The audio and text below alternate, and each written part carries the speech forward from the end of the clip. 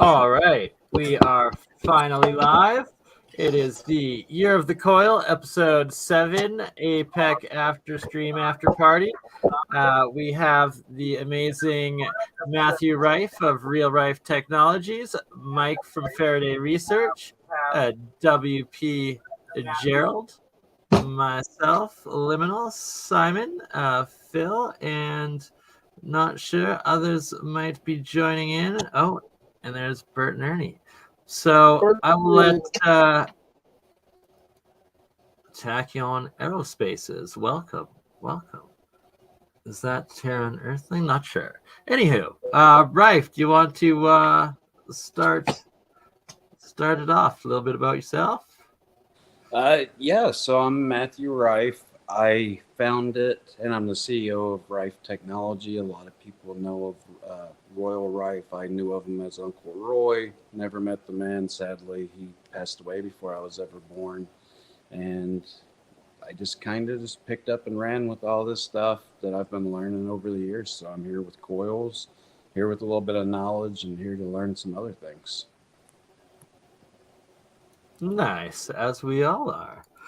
And sharing is caring. So today we're going to go over a bit of the coils and the science behind your family's Rife technology, as well as how it ties into agriculture and what Gerald's been doing as well with the coils, and essentially some of my own with the monoatomics and evolving agricultural, health, and energy all in these special coil designs.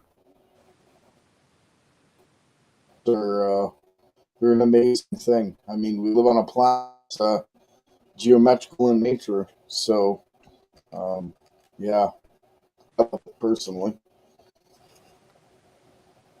Was there something specific that you wanted me to get into? Maybe the growth and food growth? I know there's other people that wanted to introduce themselves. I'm Gerald, by the way. Your video is pretty much dead. You might have to switch to microphone only. How about that? Can you hear me now? A little better. Weird. Your video is working perfectly before we go live. How it always happens. Yeah, the video world doesn't like me. But we love you. There you go. Matt, do you maybe want to show if you've got close to a couple of the coils you're working on and or that you've got in your system and describe them a little bit? So my coils are a 16-point coil. We were just talking about them before I come on stream, and this is one of them. The other one is the exact same coiling method, except for it's got a different gauge wire diameter. And I have to specially order this gauge. It is an oxygen-free, double enameled copper. It's just more high efficiency. And Gerald and I were talking about the heat on it, and I was explaining how I can run a 3,000 watt amp with frequency through these, and more in the magnetosphere in the middle.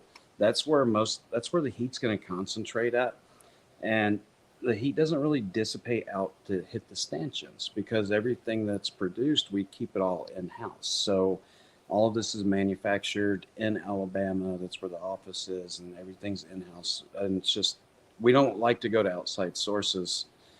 But I mean, every piece of it has its own function. It has its own ability, like it contributes in its own different way. Even just the wire that's around the top of it. And this is what I was going to explain to Gerald, that has helped out a lot with the heat reduction, because we were just discussing on APEC how electricity doesn't travel through the wire, but it travels on the outside and around it. So whenever you're creating another electromagnetic field out here, it kind of helps protect this area, and it throws it back in.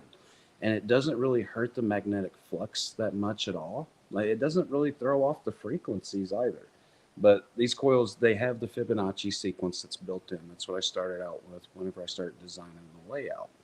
And it's something I just stupidly stumbled up onto, and it's just a great accident to come about. No such thing in science. Everything that's meant to happen happens, and believe you me, that is a beautiful looking coil. I've made quite a few, and that thing's gorgeous. Thank you. So, and these are tuned. It was really hard because like a tuning of a coil is generally you take the diameter and then you take the half of the gauge of the wire and you do all kinds of math and you figure out what your frequency is going to be. And on these coils, it took me quite a bit to be able to work out the math to be able to figure out what I want to tune them at. So, and it's a tuning that works within the human body because people can reach these different magnitudes of frequency. And these are all low electromagnetic fields, low frequencies. And I was explaining earlier to somebody in my family that, if you go outside in the sun and you have no clothing on it and you're just stretched out and you're basking with pure sunlight on you, you're going to get about 10,000 hertz. And 10,000 hertz is like a cleansing frequency.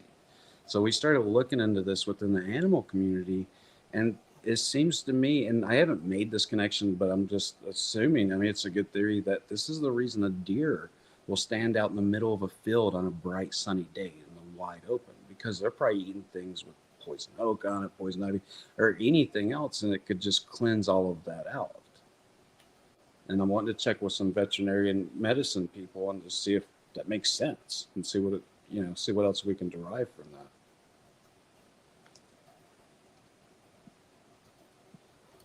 Very good, right? And it's about all of this technology coming together and the experiments coming together. So do you want to discuss a bit of what you've been doing with the experiments towards the agricultural energy side of the coil technology? Yeah, definitely. Let me try to do my mic. I just got a comment in the chat. Automatically adjust. Maybe this helps. Sounds much better now. Yeah, I have to speak up some.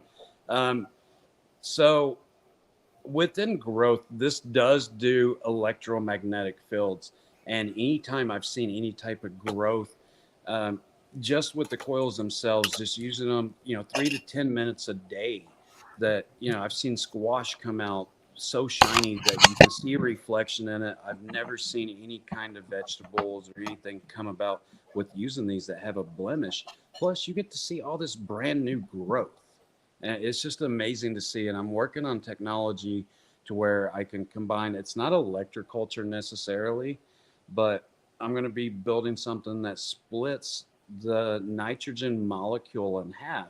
And then you got 2 nitrogen atoms. So I've already designed the antenna for this. It's going to be a ionized propulsion type of antenna. And it's going to split that in half of that. And it becomes literal fertilizer.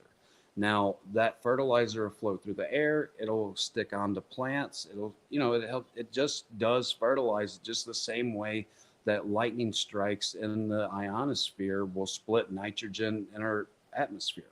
And that falls down to earth and our plants use it. Now with the EM fields, you can generally get away with 75% less fertilizer. So how much fertilizer do you really need if you're making it out of thin air? Plus you need 75% less. You can grow a plant that's 45 to 75% larger or 35 to 55% larger, 45 to 75% larger yield off of that plant. And then you put on top of it all this ionized propulsion, it's going to blow and it's going to stimulate these plants, because plants need air. They need a breeze to hit them, because that's what helps them build strength. It's more of a resistance thing for them, and it makes the plant healthier. So you can grow larger plants, you can grow better plants, you can grow larger yield. And what I'm worried about most is like suppression of the technology, because what happens if it's so good that it starts declining people's income?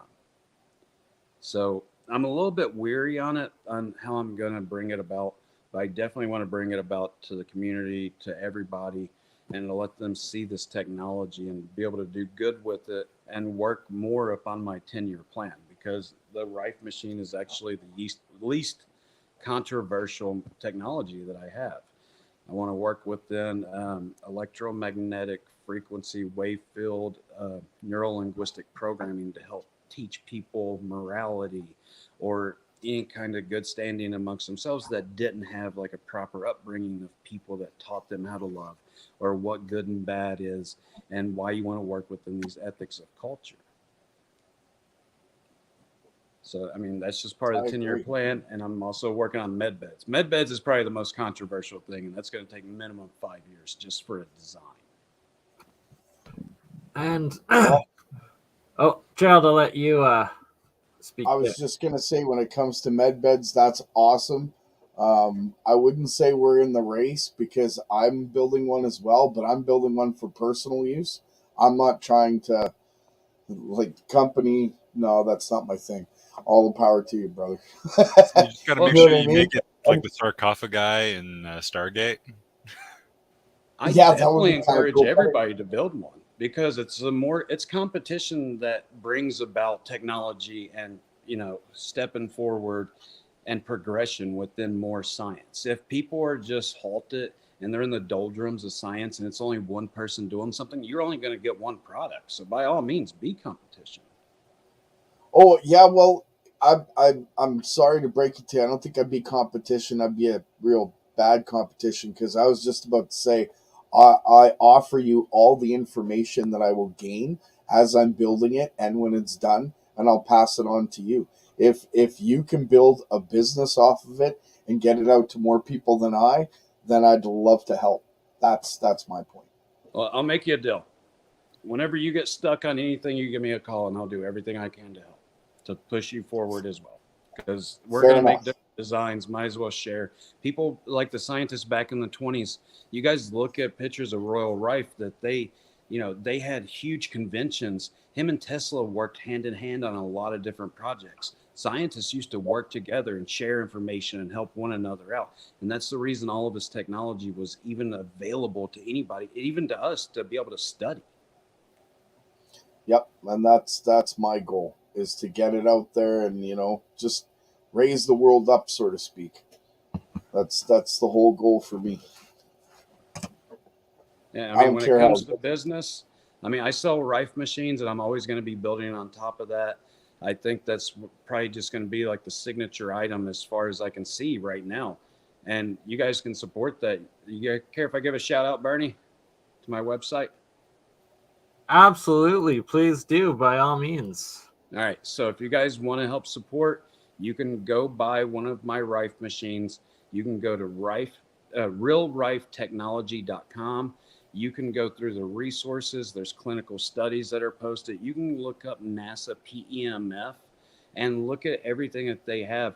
And you can purchase one of my machines. You can use the discount code SHOP, SHOP, and it's straight 10% off that I give to people that join my live streams and other things.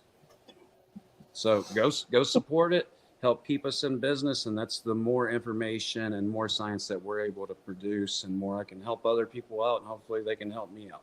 Support what you like, or it kind of just goes away, honestly. Yep. Very exactly. True. It's what this entire community is all about, is sharing the knowledge, experimenting together, keeping it open source while also being able to provide livelihoods for each other and yourselves with it. And just the more success for everyone, the better. Yep. Amen to that.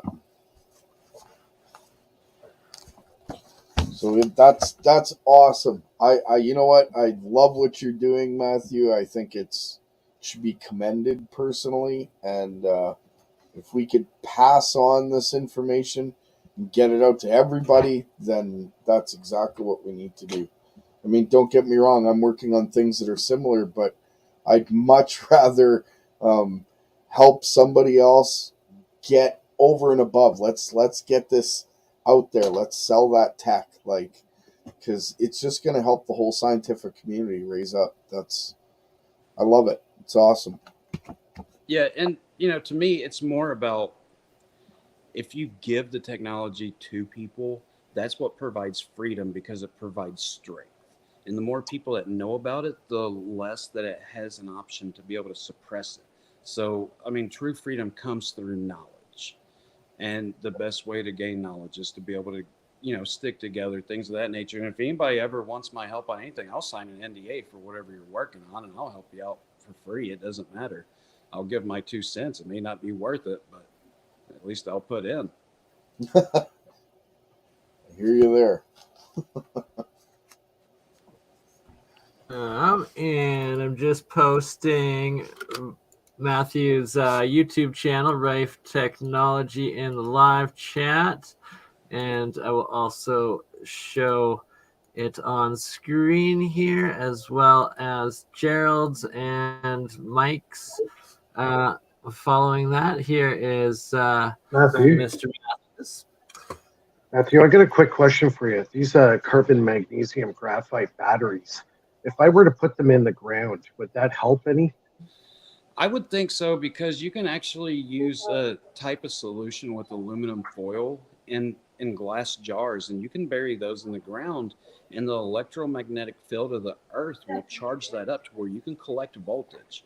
So it really depends, like, up on your build, and are you grounding it out? Are you creating like an insulator between any separations to where it's not going to be in the ground? Right.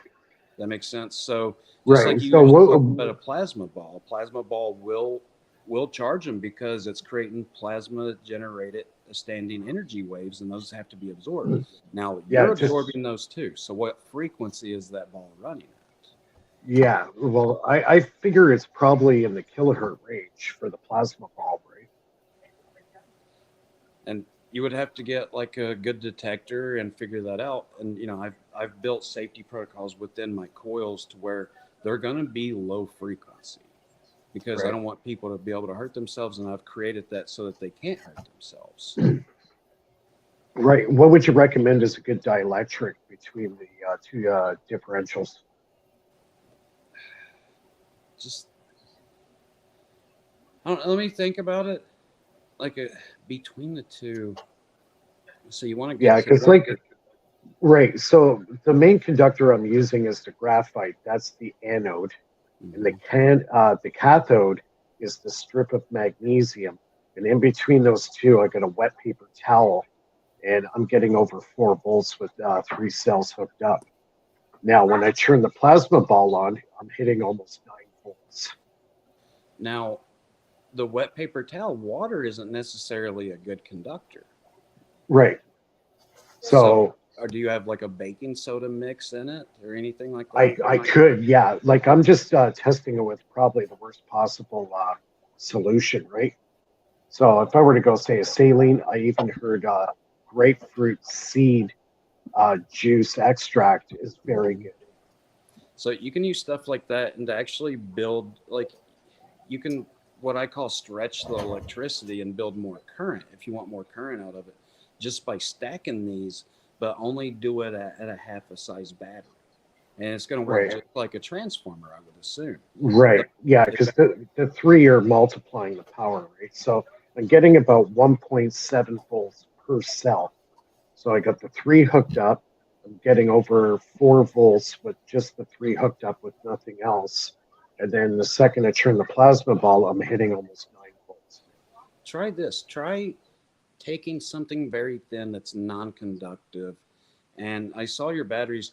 Lay one like this and lay the tops against each other, and then on the next one lay that, and see if that multiplies the current in it. Because that would tell you if they're going to charge off of one another, if that's really going to break it down into more current, if you can change the amps on it, whatever it need be. Would the amount of magnesium I use make a difference, or is that irrelevant? I would say that the amount of all of this stuff, that you need to have it like in sequence with one another. Like you're going to have a good ratio. So I would say the amount of magnesium is definitely like a factor that's going to play in it. Right. Because the first solar panels that I know of, they used, what was it, stainless steel and tin or something like that, and they packed them on top of each other. And this is the way that they were able to create solar panels in the 20s. Right. And, they had a specific ratio as well. So I would just mix around a little bit.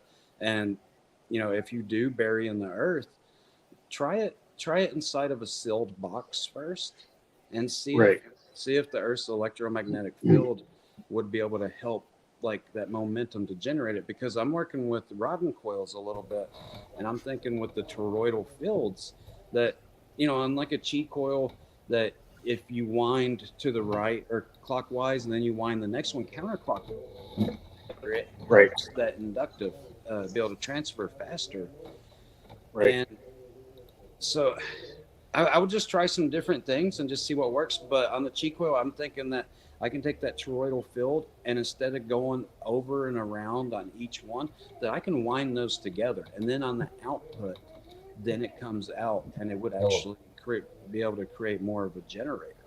And then use the magnetic field to keep that momentum rolling. So it's not a perpetual motion machine, but it is something that's using natural energy to keep it flowing. Yeah, kind of like what do you call that? Accelerometer. You know, like what do you call it? Like held-on collider. You're making a miniature version of that. You're cycling it around in a circle, basically, right?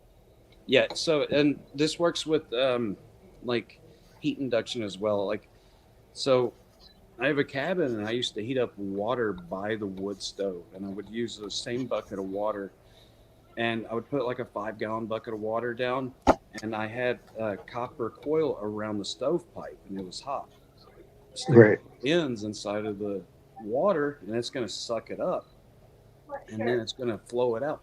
So it created like a vacuum, and it kept on flowing. And it was because of the heat that it kept on flowing. So keep that in mind, that you can use outside sources, because energy is not made nor destroyed, but there is energy that's wasted. Like if you take wood and you try to burn it to be able to make electricity, the most that you're going to be able to get, I think, is on average around 40%. So what's happening to that for 60%? It's going into carbon, it's going into heat. You know, there's a lot of loss. So use it up. Cool, thank you.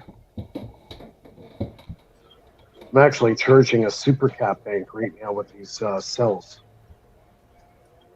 You can see the little light blinking on it. It's charging up. So it's got enough current to actually charge these supercaps.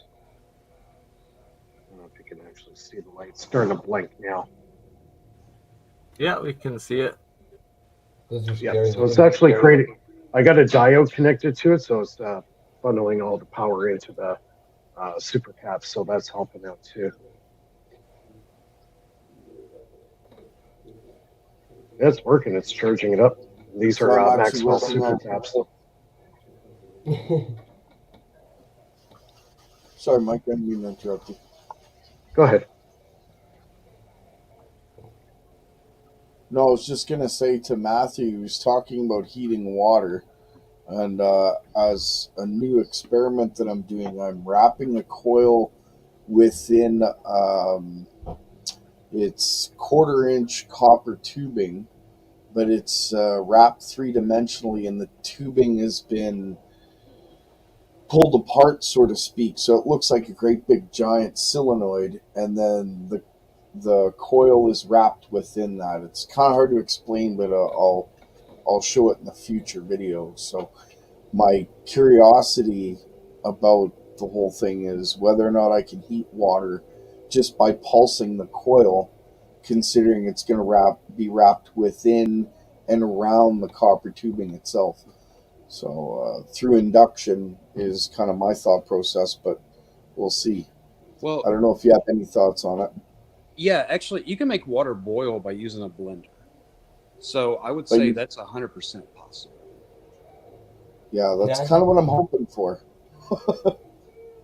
Yeah, so on a blender, it's any kind of movement of, you know, these electrons, and it's all this energy that you're putting into it. If you have I forget who it was that did this. I watched an experiment. I think it was Action Lab. But you go, and he made water boil in a blender. Somebody sent him a high industrial blender to be able to do it with. And sure enough, he spun it fast enough to where it boiled the water. So yeah, so if you're oscillating that pipe, you're making things happen, and you're making movement happen. You're making electrons flow. So yeah, you definitely boil water. Just be careful. Might I ask you a question? If I'm someone in the 1500s, the Dark Ages, could I do this? if I had the right knowledge. To do what exactly? Can I play with this energy, and especially with the boiling water? Could you do these coil experiments if I were someone in the Dark Ages? Yeah, Is 100%. it possible? Yeah, Sure in you fact, could. my coils. Let me show you this other one. I have these coils to where whenever I cut the wires, and you can see the differential wire gauge of them now that I'm showing both. Man, wow, wow. Now my coils, I can cut the black wires, and these are made to where they can sit on top of each other just like that, and it works as an inductance. You go outside on a day that there's a lot of energy in the atmosphere, and you're collecting energy. You can read a voltage off of this. Wow. Wow. And they work within each other. So I mean, even whenever you test the ohm resistance, they're just amazing. Like I said, I stupidly stumbled upon it whenever I was working, and they just work out so great. And I'm getting ready to start trying to possibly even charge like small batteries and see how much amperage and everything else it has, just Man, depending on the day. pretty amazing. As a tip, I that would use like- lead acid. Right. I would like someone to be able to. I understand most of this. It would be nice if someone were farther ahead in this, like me, that could explain this to my sister, who has no idea what I'm talking about. Could you do that? I mean, Can I not do right that? now. Not right now, but if someone could do that, I would love it. It's So very hard to explaining explain the to science laymen. of this energy, like healing and growth in layman's terms, is what you're asking, Frankie? Yes, yes. Is that possible? I don't know if all of this kind of science talk makes women barren or want to learn it, honestly.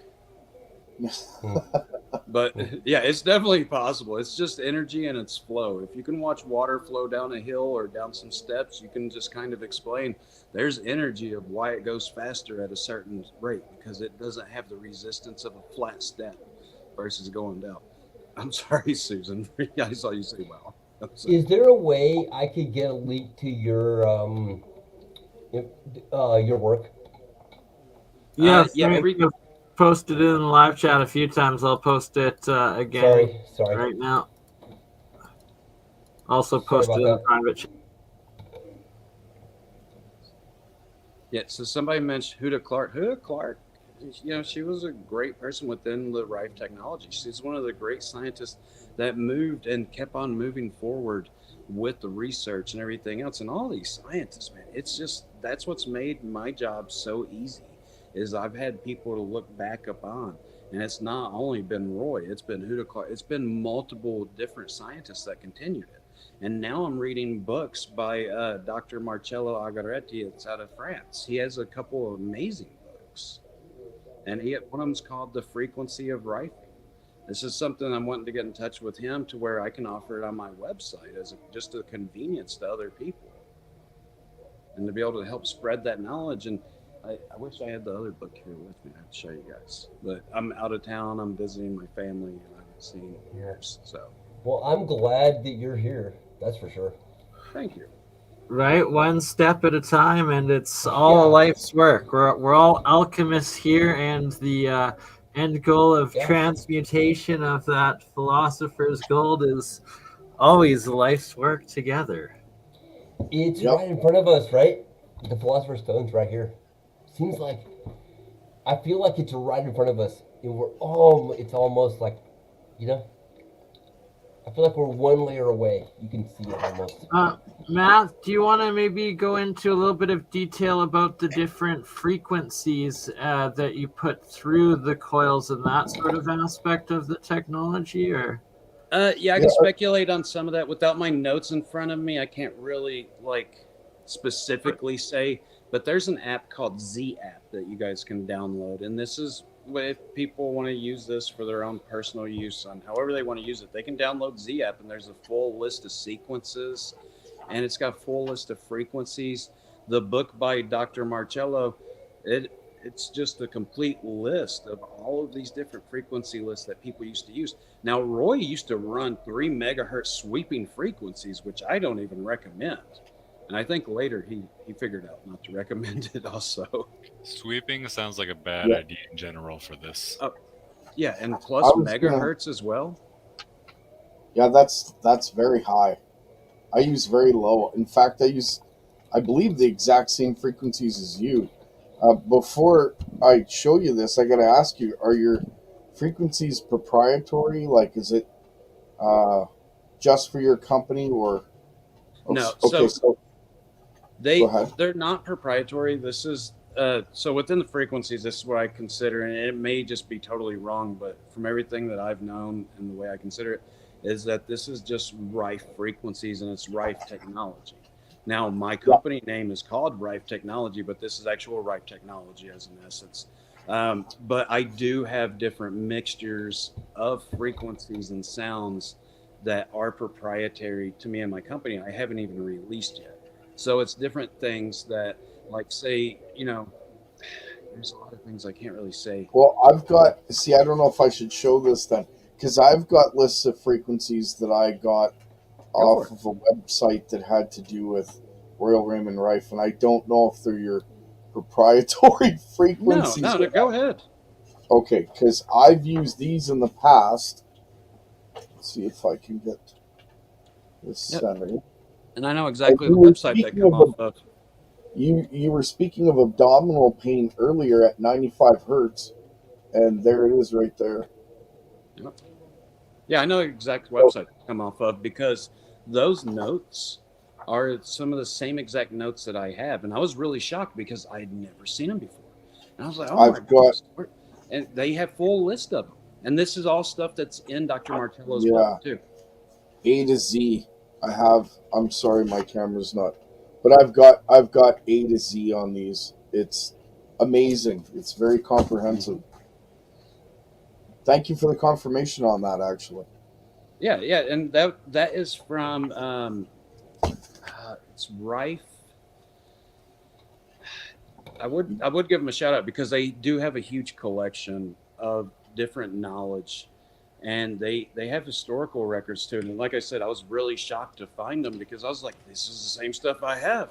I mean, there's a lot of stuff that, and they may be holding back on it, but there's a lot of stuff that I have that's not on there as well. That, I mean, there's stuff like journals, and I don't think like journals would be good because that's somebody's personal thoughts, like publicly put that out. You know what I mean? Like, I agree with you. If Roy was like in 1926 writing a personal journal and he's like, in 2023, people are going to be reading my thoughts, he would have probably cleaned it up a little bit. I mean, it's clean, but you know what I mean? He would have probably made it. You got a point. Yeah. That's awesome. Well, no, that's good. I appreciate the confirmation on the frequencies because I've used them in the past and I've had really good results. So that list right there is the same list that is on the Z app as well. Wow. That's great. Thank you for that. Yeah. I got a question, if you don't mind. Should I call you Mr. Rife? Well, I'm sorry, I got into the podcast. No, you can just call me Matt or Matthew. Either or. Perfect. I mean, man, big shout outs to you, for sure. What do you think about Tesla? In general, or whatever. I think that Tesla's great. Tesla was an amazing mechanical engineer. I look at his stuff in awe, and I'm like, how did this come about? And I use all of these things as inspiration whenever I look at these older engineers that started building things, and they come up with all of these designs and ideas. And I always base everything that I'm making just off the basic principles of engineering. And it's honestly, and I have mixed feelings about Elon Musk altogether and everything that's going on with Neuralink, but he said something on one of the Joe Rogan podcasts that really stuck with me. Whenever Joe said, you're building like the hyper tunnel and this and that. How did you get permission to build a tunnel up underneath the city of LA? He said, well, a tunnel's nothing but a hole. So we just started digging a hole. And then whenever it got so big, then we had to go get a permit and we filled it out. And then, it's all this stuff, and it's just the basic principles. And that's the way I look at everything. Like if I'm going to make water flow, I'm going to think, okay, how does water already flow? If I'm going to make a plane that flies, I'm going to look at birds just like they have in the past. You look at the basic principles and use inspiration, and it's that's just how I work, and I just think of it as in the basic terms. Yeah, That's that a what do they good call answer. that? Intuitional scientists, I think they call that. I think they call it low latent inhibition too. That was good. I like that. That was good. I'll have to use that. I hope you don't mind. I'm going to steal it. My wife No, will laugh. it's an actual diagnosis of low latent inhibition. It's something that, if you remember the TV show Prison Break, Yep. the guy that had all the tattoos and everything. So he would look at stuff, and they said that he had low latent inhibition in the way that he processed things with his mind. I was like, wow, I do that same thing. And they explained it as like a lamp. If you're looking at a lamp, most people are seeing it as a whole. And whenever I look at it, I'm looking at every single piece that's on there. I'm looking at the knob on top. I'm looking at the shade. I'm looking at the bulb. I'm looking at all the connections. And so I process things just a little bit differently. And so I look at all the Nikola Tesla stuff, and that blows my mind. I'm like, okay, Yeah. so you got a one-way straw. Essentially, like you can make a straw that only flows one way. Yeah, that was awesome. That's Yeah. awesome. How old were you when you realized this? In connection with your bloodline, whatever. So I was raised in a family that was very mechanically inclined. And I don't know how old I was whenever I realized like processing anything outside of differently than what other people have. Just like there's some people that don't have an internal monologue, and they would never know until they learn what an internal monologue is. So I can't remember the age, but geez, I was at least 18 whenever I realized I just didn't process things the way that other people did. So I like to take a step back and I look at things from the outside, and I just kind of just figure out how things work. Like I designed a I hear greenhouse. you there. Somebody was saying, we want a greenhouse, but we need it to be heated, and we're watering. I'm like, okay, well, let's look at what's going on. I mean, you got thermodynamics, you got heat transfer, you got all these different things that you need.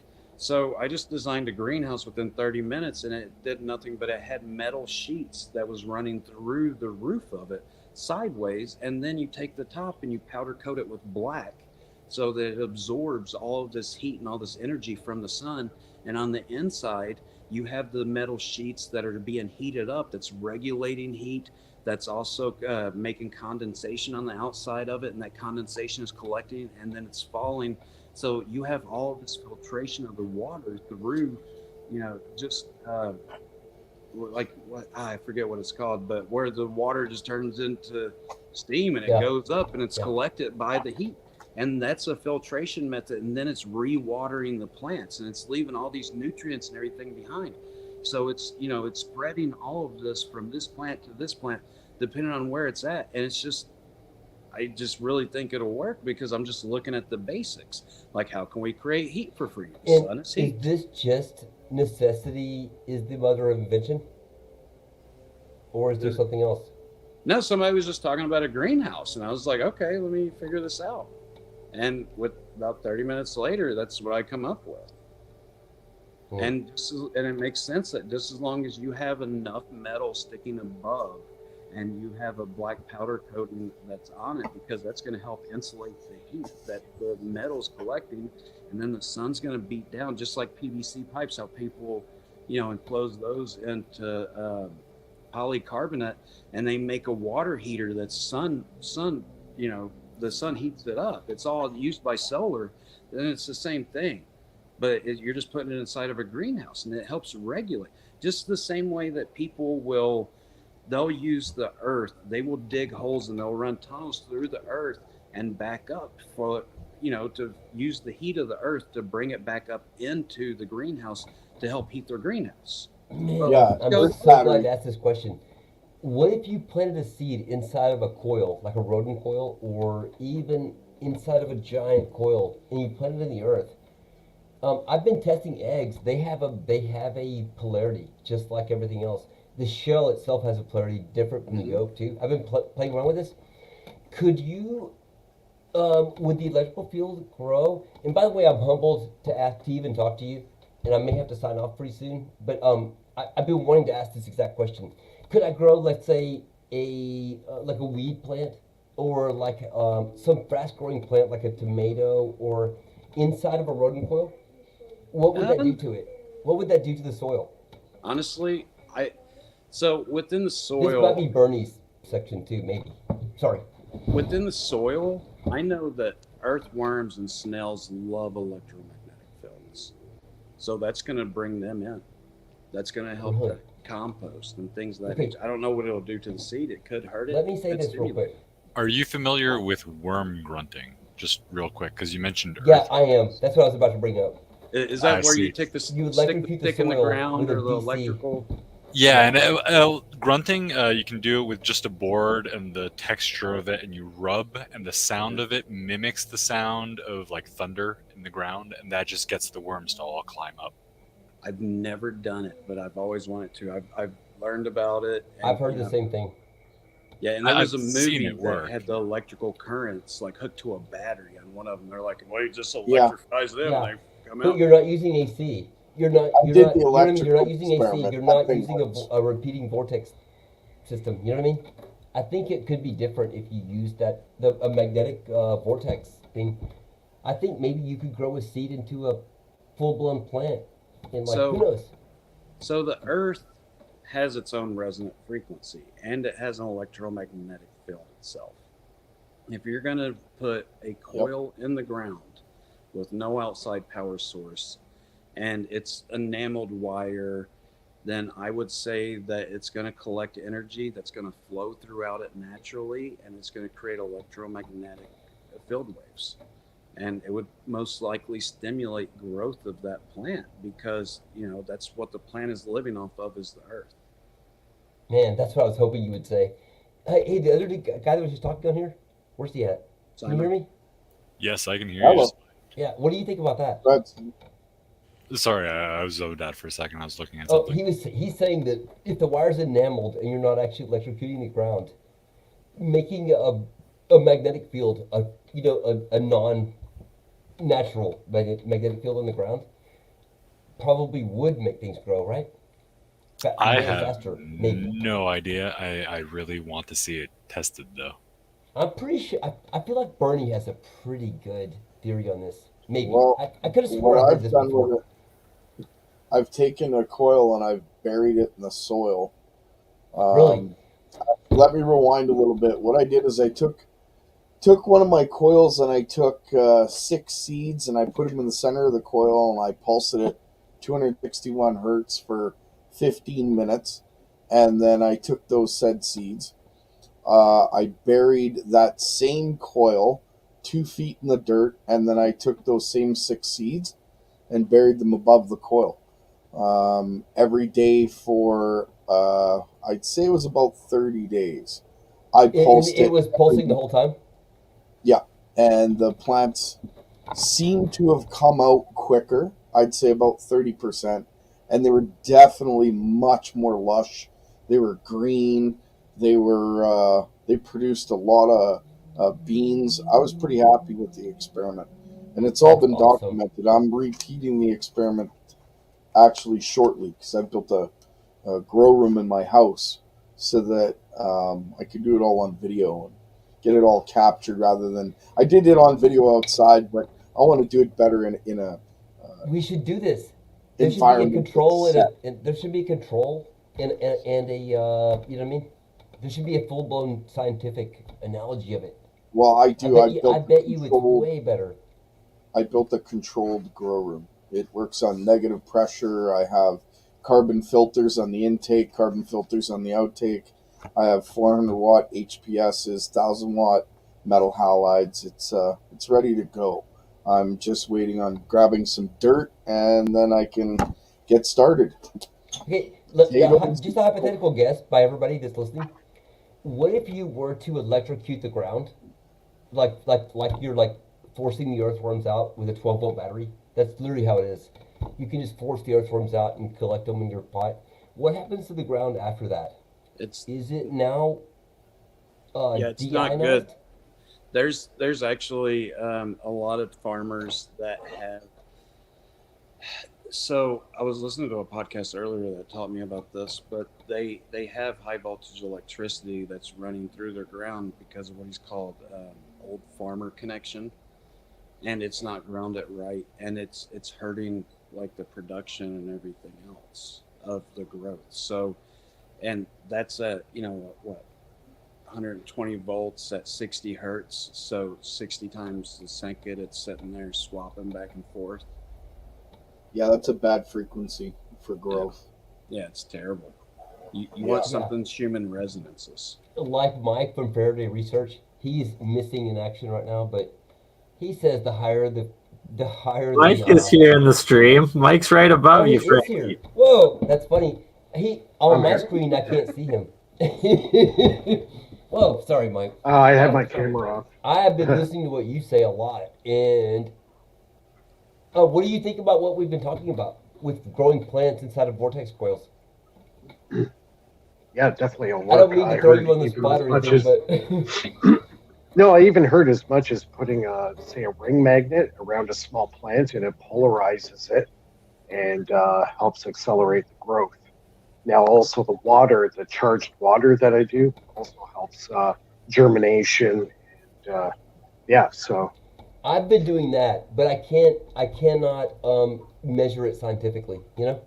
I've been weighing it though.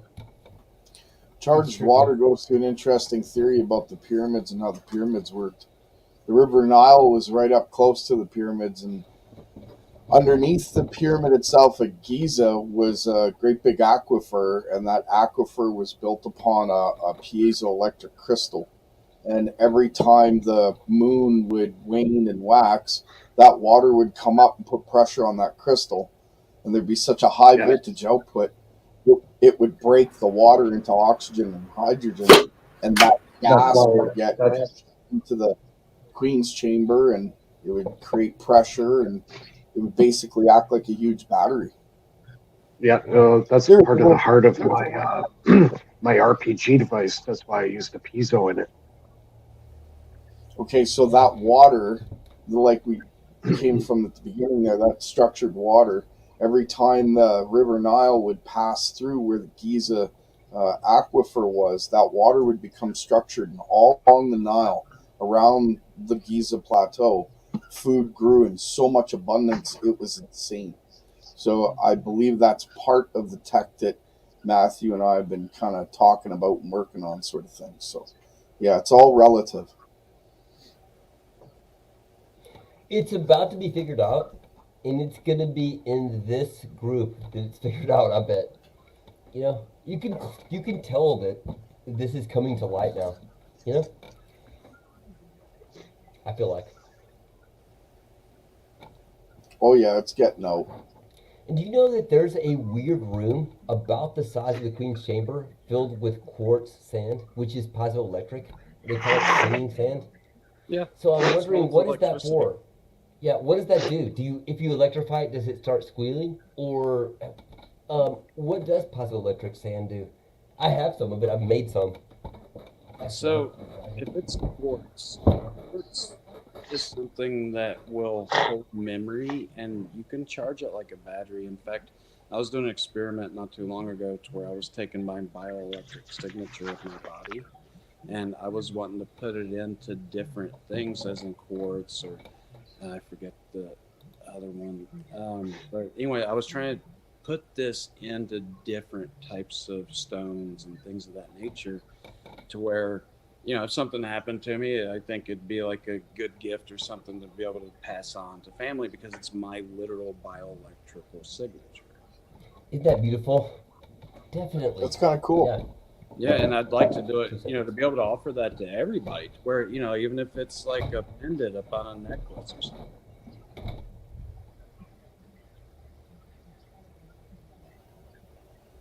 Yeah, sorry, I'm a bit preoccupied at the moment as my girlfriend's dad is needing to go to the hospital apparently, so that is why I am a little distracted here. But I will let you guys continue. I might have to take off though in a little bit.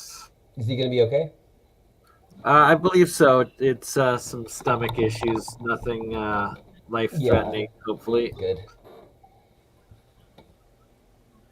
Yeah, man. Take We're care good of to your go, stuff, though. honestly. We're good to go, right?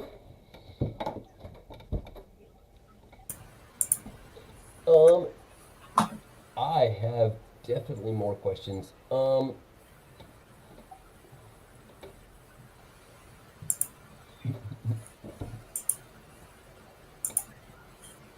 And there's Phil. Hey, Phil, how are you? Did you have questions for Matthew? No, not. Unfortunately, not. But it's what he was saying is very similar to the accelerated plant growth that I wanted to talk about a little bit quickly by messing around with time dilation and all that. But yeah, I don't have like very technical questions. You guys went through pretty much everything. Awesome. My question is this: could a person in 1200, let's say 1000 AD,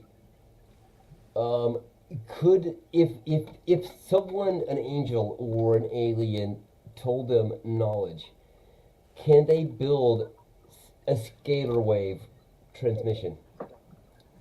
I mean, yeah, That's, physics that's are I still guess the that's what I'm same. asking.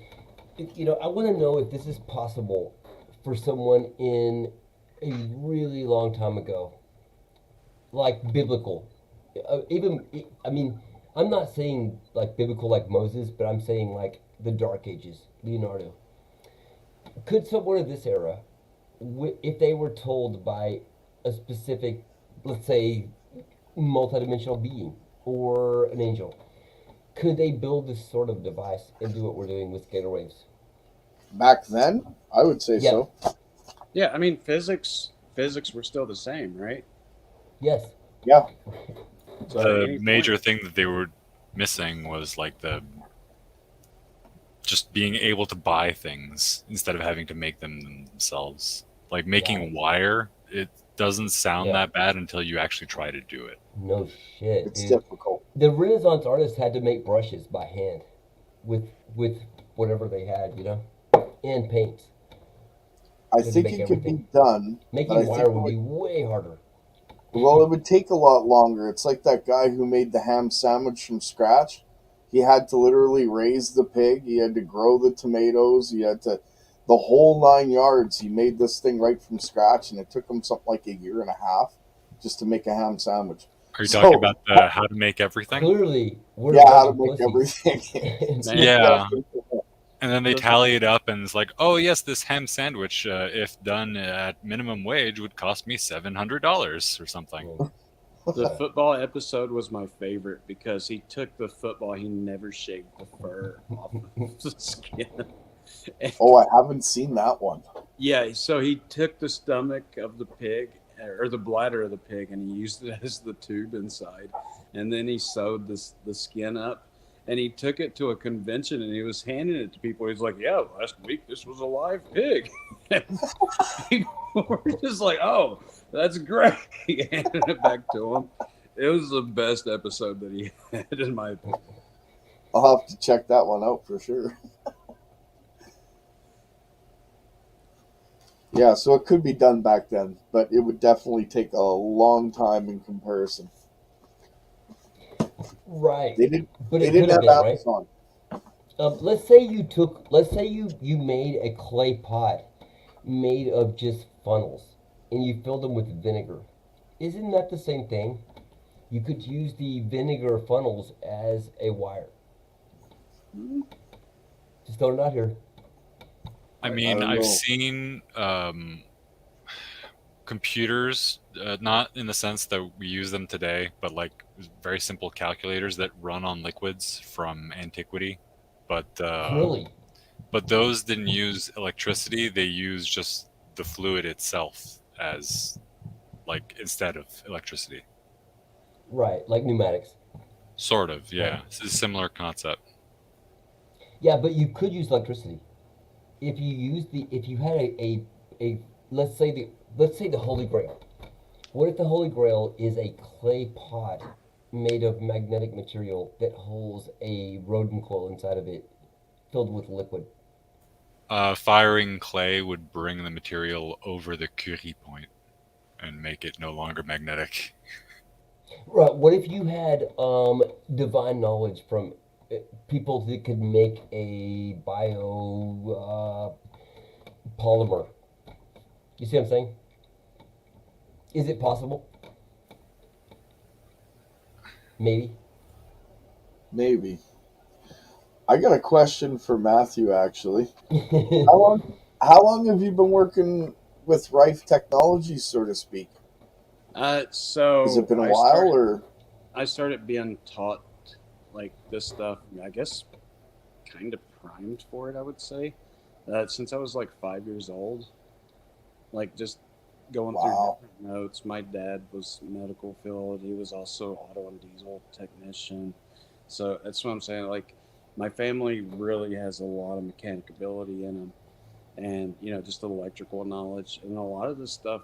It's just I don't know. I think it's just over time to where I've learned how to build stuff with my hands, and I've learned these different theories, and I've read about these different things. I didn't even know what I was reading, that it all kind of added up, because I didn't really plan on putting this stuff out here until actually my granny died when she was in her 80s just a couple of years ago. Oh wow! Like at the What do your most, I was siblings think of thinking, this? Do you have siblings? yeah, I'm Are they actually at aware my of this? brother's house right now. Are they aware of this? Yeah, yeah. I brought him a machine for Christmas, and within our company, like we don't take anything out unless we pay for it. So because that's just like stealing from the entire company. So I brought him one as a Christmas gift. Oh, Wow, that's awesome. yeah. Way to be. Way to be. That's great. Yeah. So my business partner Hunter, I wish that he was available to come on here and talk and speak about his experience, because he's been using like the smaller coil that we have and on the smaller amplifier, and like it's helped his back and everything. But then he just started using like the Royal machine, and this is our Royal unit. We have just different levels of it to make it affordable for everybody on different sized units. And he's like, oh my goodness. He said, I've been doing this for 7 days and I feel like a new man. Whenever I went hunting, I no longer have to like breathe in and be ready for me to pick up my bag and go. I just pick up my bag and go. And he's just charged full of this energy after he got back hunting. And I was like, man, you're pumped up. He goes, yeah, you should use this inside of my trailer. He was sleeping in his trailer going camping and hunting, and it's fully metal and closed.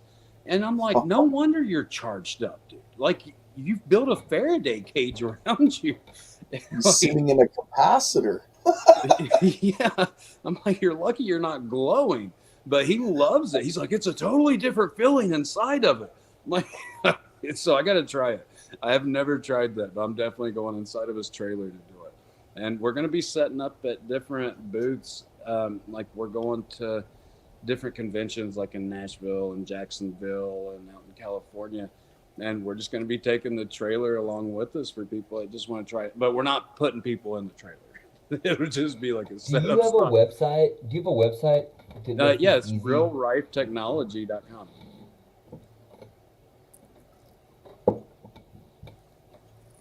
And we plan on doing more with like newsletter stuff. There's just been a lot, like over the last 6 months, that Hunter and I both, like we've just had to be on our A game every single day. And it's just day in, day out. And, we're just always busy. Like I barely have time to talk to anybody on the phone, but whenever I can, it's always somebody that I can help out.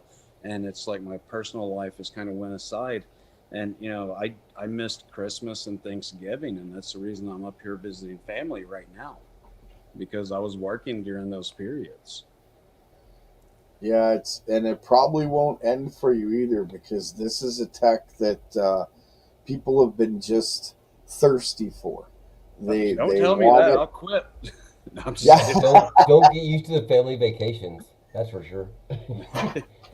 So I mean, this has been great. Like I was on the road for like 2 days, and it's been amazing. Just taking a little bit of a breath and relaxation. It's amazing.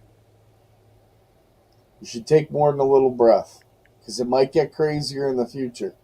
Well, so I continually work on different revenue streams for the company because we have employees that I've promised to have, like a work time available and a necessity to have them, and I pay my employees well so that whenever they come to work, they're never worried about how am I going to pay this bill, how am I going to pay that bill, that they can focus on work and they're not worried about a financial aspect of living. And that's been a hard case scenario for a lot of people lately, in all kinds of Where are different you based countries. out of? You don't sound Canadian, which is very unusual. Who, It me? seems like all the enlightened people are Canadian or Indian. Yeah. Where are you based out of?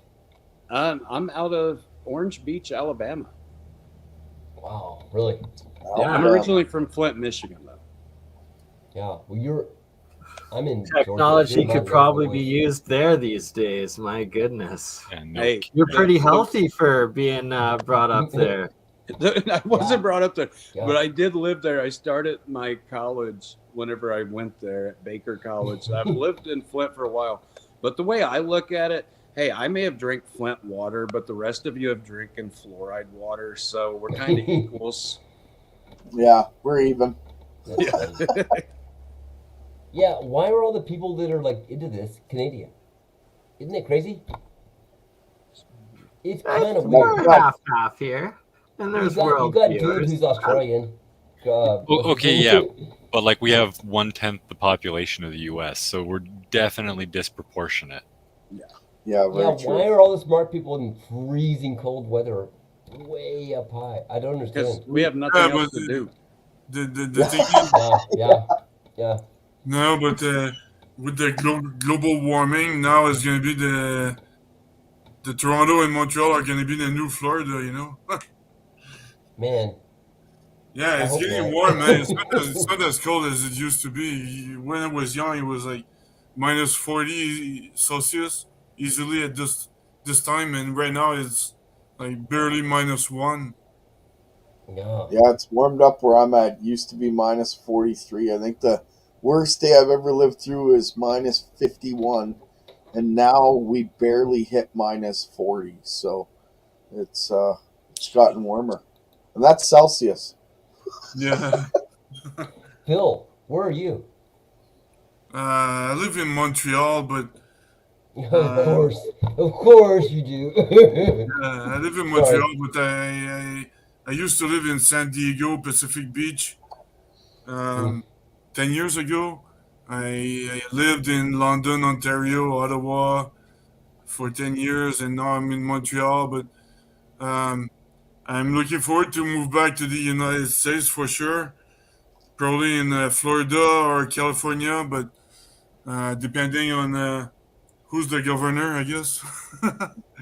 Yeah. They're both gonna be scumbags. I can tell you that. Yeah. Well, Florida would be the stereotype. Yeah, absolutely. Florida's horrible. I'm right above Florida, by the way, in Georgia. Come hang out here, man. It's Well, pretty it's cool. because There are all no the enlightened Quebecers minds here, though. go They're there. all in Canada. Yeah. Except for dude. Yeah. In California, Who's in- people are very laid back. It's very Oh, chill. man. But I did try to surf, and it's really hard, man. It's not that easy. Are Yeah, there any snowboarding is surfer? better. So sorry. Snowboarding is better, Yeah. and there's no sharks. Yeah, exactly. There's no sharks. It's like playing hockey. There's no sharks, but you can get hit very, very hard.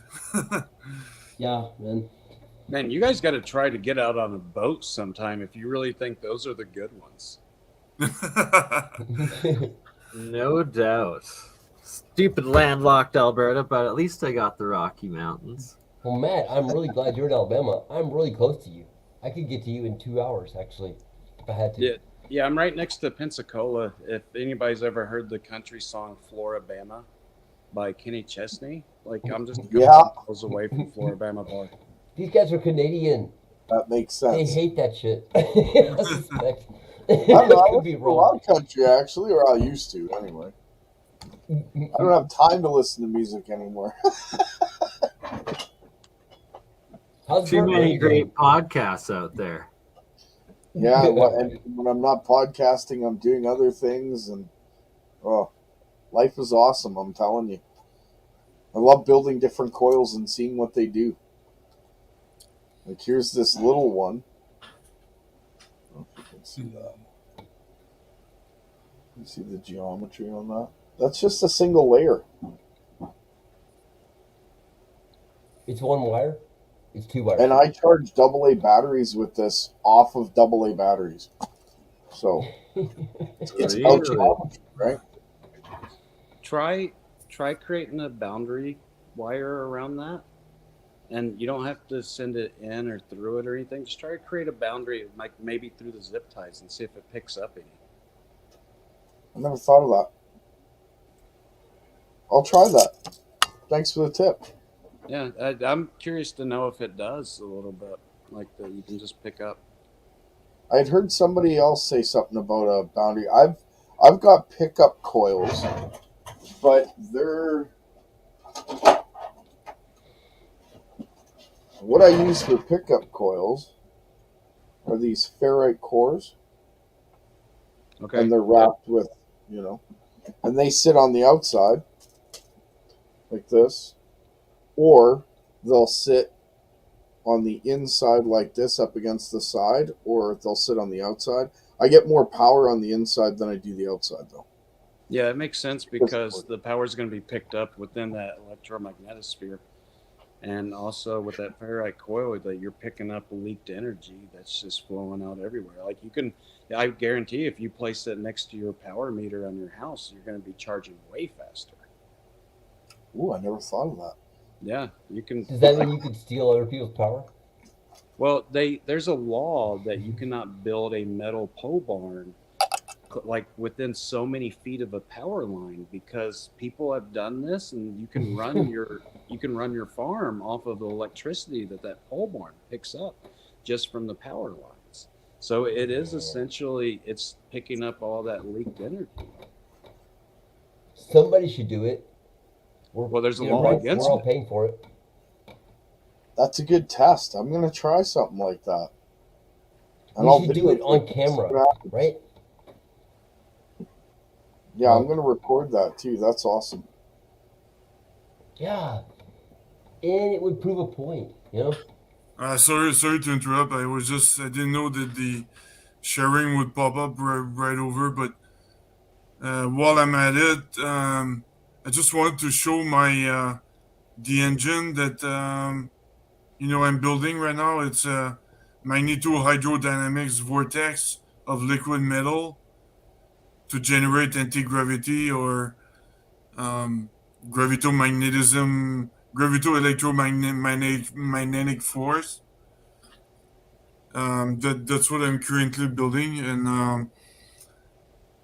I'm currently doing a transaction with China and everything to get the liquid metal, the gallium actually, the gallium alloy.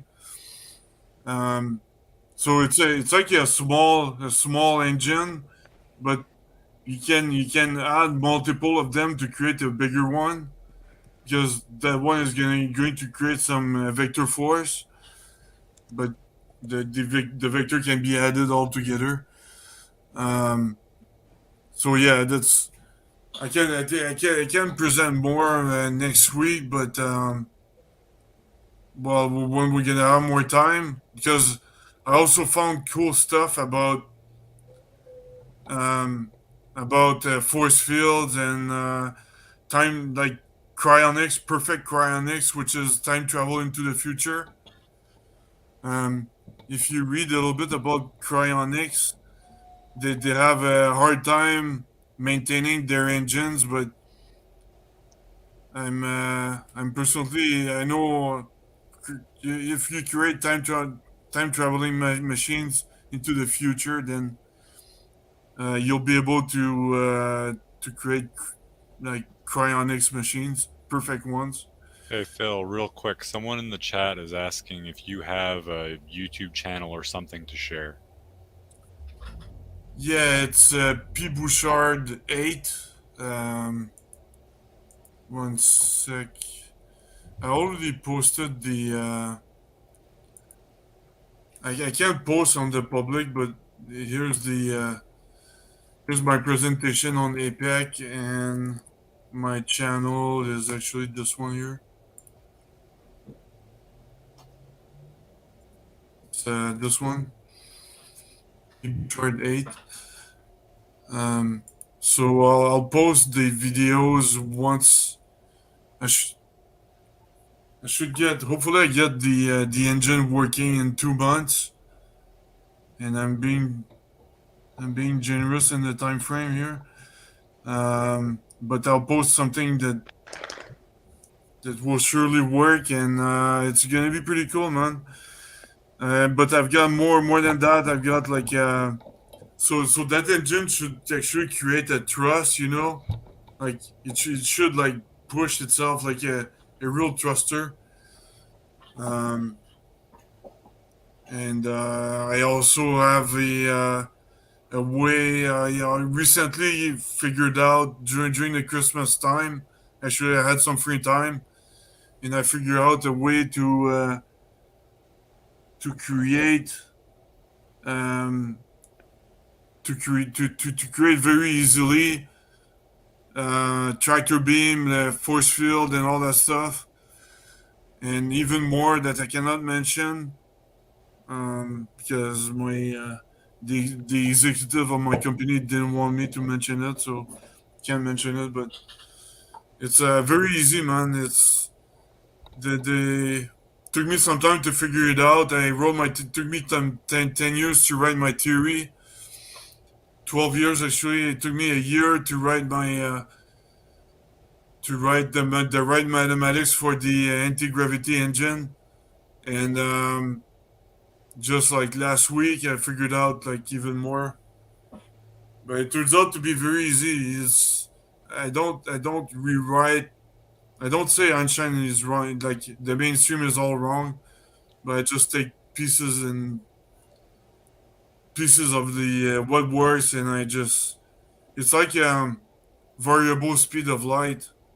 You know, Einstein initially started with the variable speed of light mathematics, and then he kind of diverged into his Einstein field equation.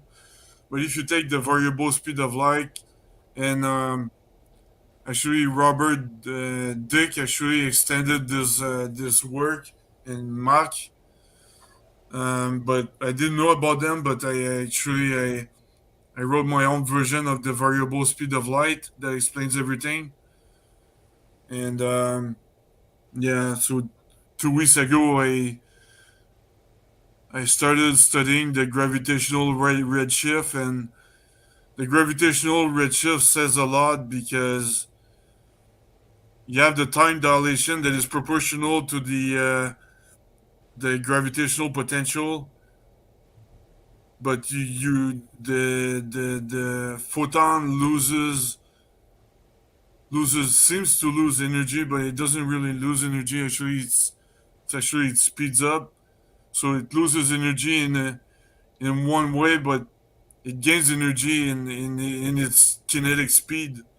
So there's kind of a balance there, and I'll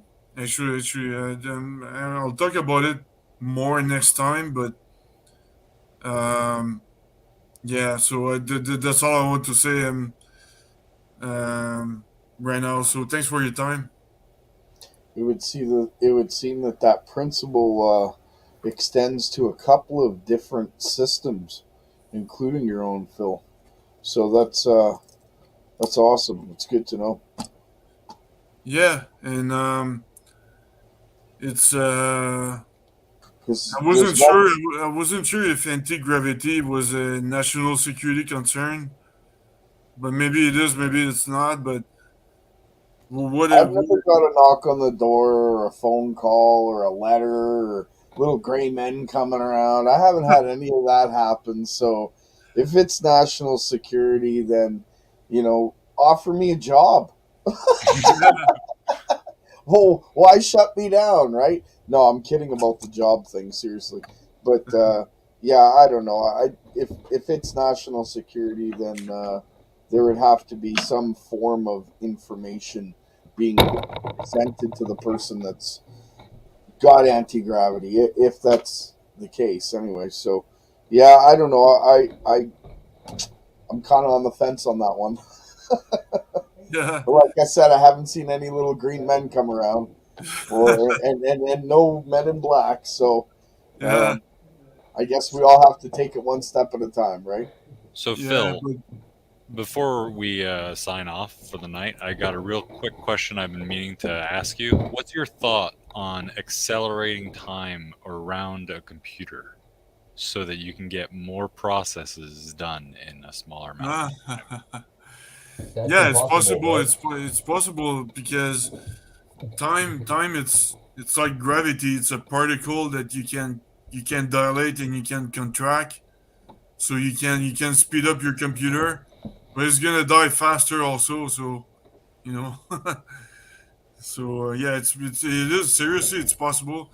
It's like just quickly like that. If you saw the movie Fire in the Sky with Travis Walton in the early '90s, um, there are videos. If you look for his interviews on YouTube, there are videos of him talking about trees, like vegetables and trees that the abduction scene that they kind of grew up faster in one side and stay the same on the other side. That's because the time dilation, the beam that the UFO was emitting dilated time at dilated or could contracted time at the same time. So the tree would grow faster on one side and slower on the other side. So you can check it out on YouTube. Travis Walton abduction area or something like that. So it's very interesting. So time, it's a particle, man. It's like gravity. That's the same thing. Is Very it possible just the fifth But dimension yeah, is there? did that answer your question? Yeah, that was a sufficient answer. Thank you, Phil. All right. Well, I think Bernie, did he But take off, or are we cutting this short? How's that working? He might be out of touch. He's He did have currently a on a medical call. emergency. He has a medical Right. emergency. His father-in-law is having a hospital issue, Yeah, so he's having an issue. I get that. Yeah, we so may have to cut it out for him. I don't know how that works. I guess we should start by Mike. You want to share your YouTube channel and stuff before we head off? Work through. Yep, you could just look me up at Faraday Research R&D. I got all my videos there. I also got my Patreon there. I got over 200 videos posted there explaining my RPG device. Mike, did you want to show what you had laid out there? Sorry. Oh, what I'm doing right now with the.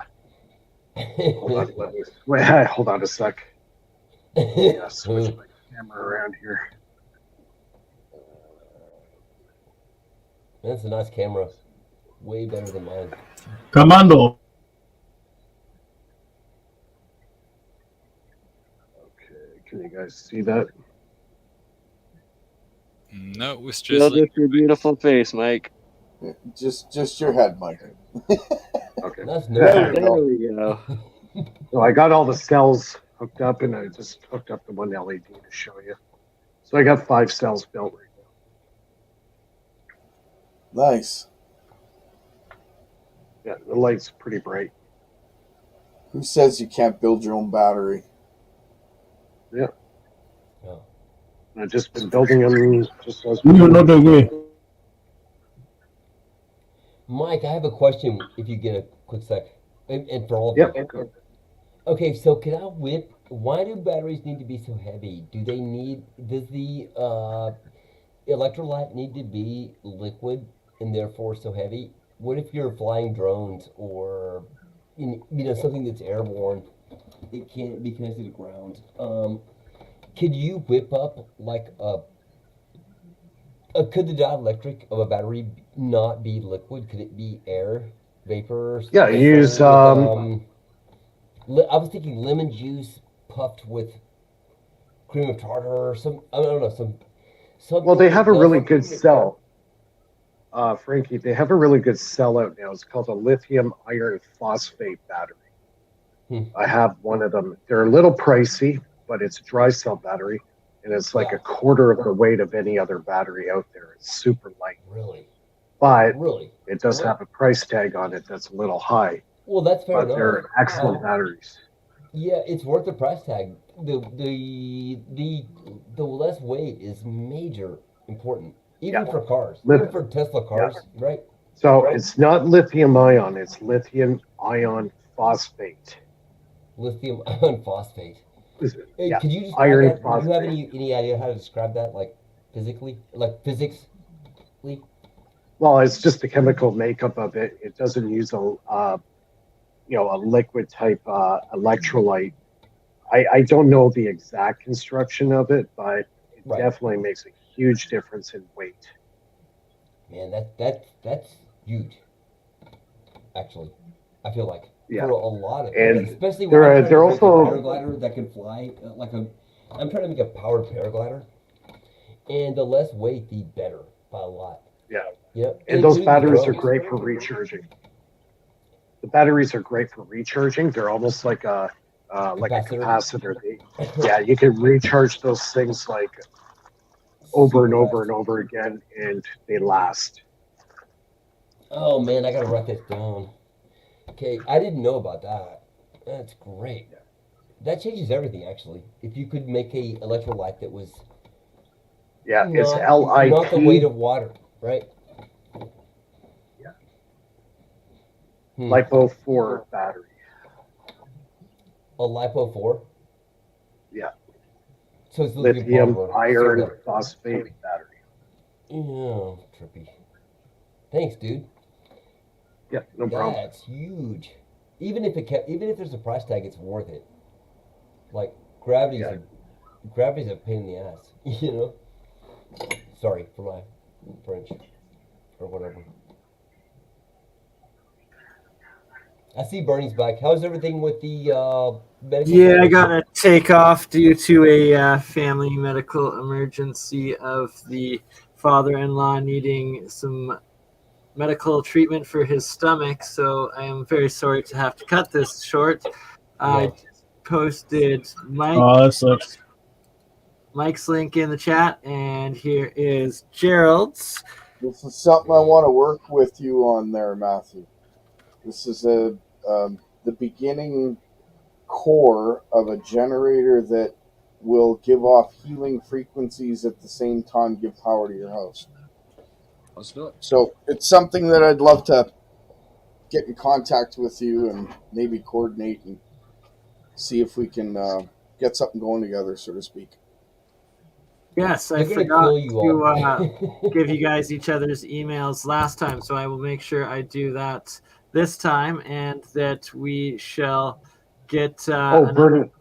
going in the next week 100%, if not two, and hopefully another one with the Hutchinsons again this upcoming week as well, that we can get all of you guys back on with. Man, that'd Yeah, be I great. just put my phone I number in appreciate the you guys private having me. chat for the guys. So if anybody wants to get in touch with me, reach out at any time. Awesome, man. Probably tomorrow, though. Not tonight.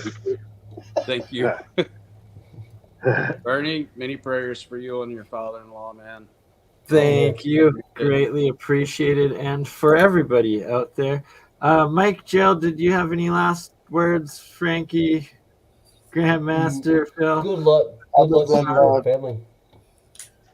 You guys Yeah, have awesome. I pray that your father-in-law is feeling better and you go take care of what you got to do.